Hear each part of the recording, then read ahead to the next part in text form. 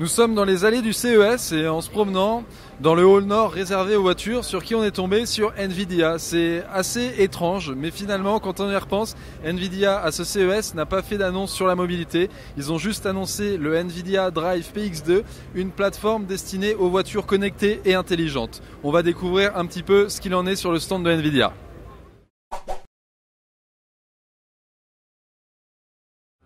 Pour rappel, le Drive PX2 de Nvidia est le premier produit de la marque à intégrer les nouveaux GPU Pascal. C'est une nouvelle architecture qui succède à Maxwell avec une consommation réduite et des performances plus élevées.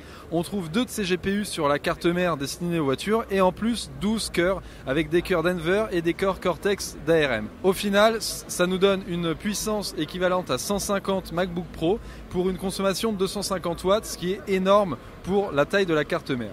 Avec le Drive PX2, Nvidia compte investir massivement dans les voitures connectées, intelligentes, mais également autonomes.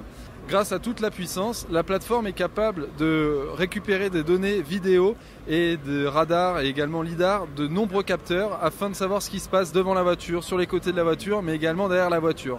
Un peu à l'image de ce que propose déjà Tesla pour avoir une conduite autonome.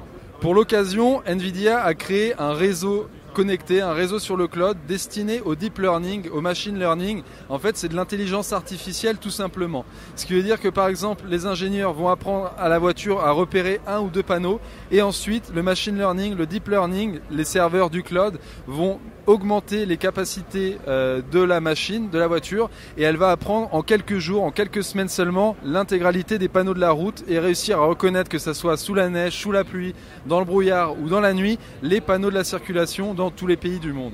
Cette technologie va permettre d'accélérer considérablement l'essor des voitures autonomes en permettant un apprentissage beaucoup plus rapide. Et d'ailleurs, on l'a vu avec le célèbre hacker GeoHot qui a hacké la PS4, de nombreux appareils comme le premier iPhone, qui a réussi à créer en quelques semaines seulement une voiture autonome grâce au deep learning. Le Drive PX2 de Nvidia va donc permettre d'avoir des voitures qui seront connectées et intelligentes avec des jolis tableaux de bord, avec des interfaces vraiment en 3D qui seront fluides et un peu à l'image d'ailleurs de ce qu'on a pu voir sur ce CES sur le stand Audi avec son futur cockpit. Pour le moment, il y a un seul constructeur qui a annoncé l'intégration du Drive PX2, c'est Volvo avec son SUV XC90. Le constructeur suédois va construire 100 prototypes intégrant cette plateforme pour créer la voiture autonome de Volvo. Par exemple, ce qu'on voit dans le coffre de XC90, c'est les caméras qui sont à l'avant de la voiture et qui reconnaissent les piétons.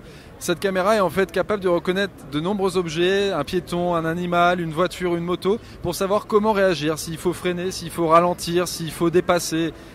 Avec une plateforme hyper puissante, Nvidia signe son arrivée fracassante dans le marché de la voiture autonome et on espère que les concurrents suivront. On sait que Qualcomm prépare son Snapdragon 820, mais la puissance n'a rien à voir et c'est plus pour des voitures connectées, intelligentes, alors que pour les voitures autonomes, surtout avec le deep learning, il faut une machine très puissante.